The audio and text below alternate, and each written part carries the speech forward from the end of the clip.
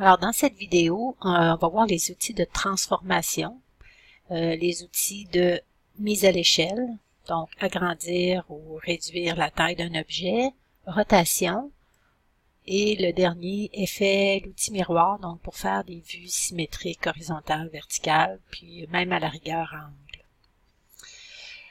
On retrouve ces trois outils-là dans la boîte d'outils dans cette section. Il y a d'autres outils de transformation ici que vous pouvez explorer, mais nous, on va en fait s'intéresser à ces trois fonctions ou ces trois transformations-là.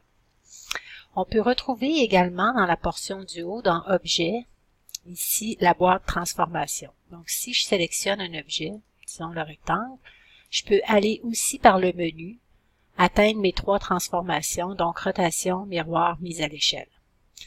La différence entre les transformations à partir du menu et les transformations à partir des outils, c'est au niveau de la précision. En fait, quand je travaille à partir des outils ici, je vais travailler main libre, donc je travaille autrement dit à l'œil.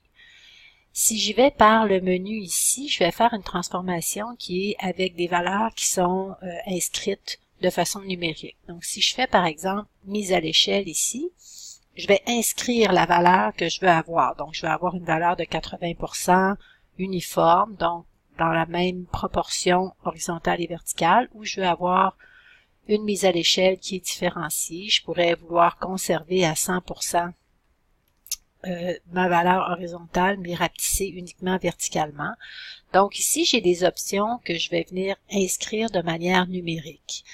Si j'avais par exemple à réduire plusieurs objets, les uns après les autres, ce serait plus juste d'utiliser la fonction à partir du menu pour m'assurer que j'ai la même réduction partout.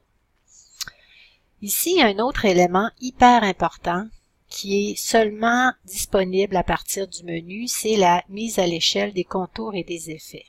Donc, ça ici, ça doit être coché quand je veux réduire ou agrandir un objet.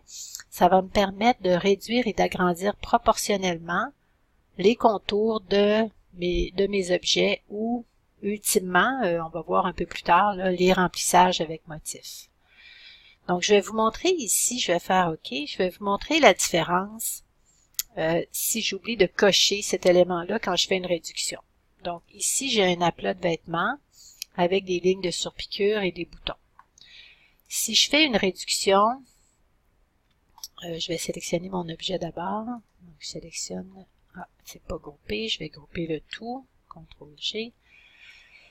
Donc, je vais faire une transformation ici, voyons. Mise à l'échelle. Donc, disons que je vais la rapetisser vraiment beaucoup à 50%. Donc, je vais inscrire 50. Ici, je vais voir mon aperçu.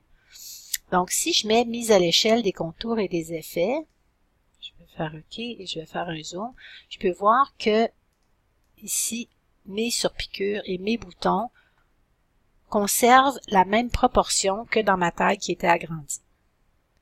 Donc, je vais revenir en arrière, je vais faire CTRL-0 et CTRL-Z pour avoir mon élément d'origine et je vais refaire ici ma réduction, mais cette fois-ci, je ne cocherai pas mettre à l'échelle les contours et les effets, puis je vais demander encore une fois une réduction uniforme de 50%. Et là, je vais aller voir qu'est-ce que ça a donné avec mon zoom. Donc ici, je peux voir que c'est beaucoup moins élégant, en fait, parce que ma surpiqûre et mes lignes contours deviennent trop grosses par rapport à la proportion du vêtement comme tel.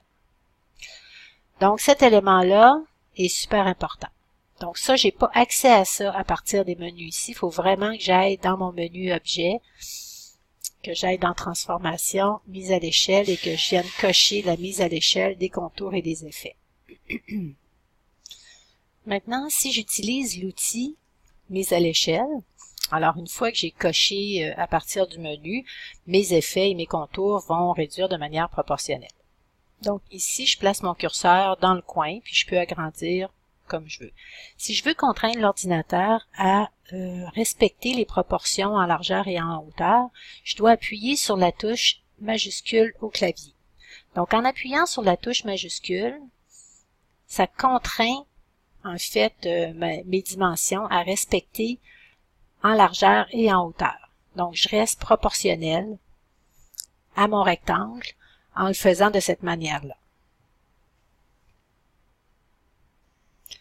Donc, deux façons d'agrandir ou de réduire, soit avec l'outil mise à l'échelle de manière plus manuelle ou plus instinctive, ou alors en utilisant le menu Objet Transformation mise à l'échelle.